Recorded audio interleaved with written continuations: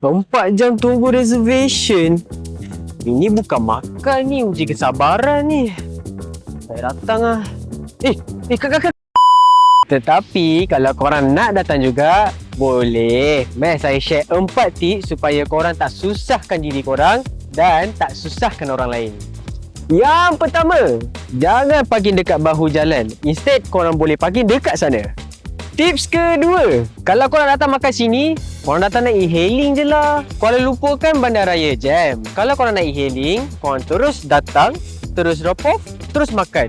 Kan senang.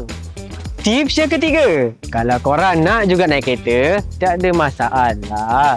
Tapi, kalau nampak traffic jam, korang jangan panik. Cari tempat drop off, turunkan passenger dan korang carilah parking dekat mana-mana. Tips keempat dan yang terakhir, jangan U-turn ikut kepala sendiri. Ini bukan jalan besar, babe. So, korang kena bertolak ansur supaya tak menyusahkan orang lain, okey? Kan senang. So, kalau korang nak tips macam ni lagi, korang komen di bawah. Jangan lupa like, follow dan share untuk tips seterusnya. Tukar sebelum kong, petriku.com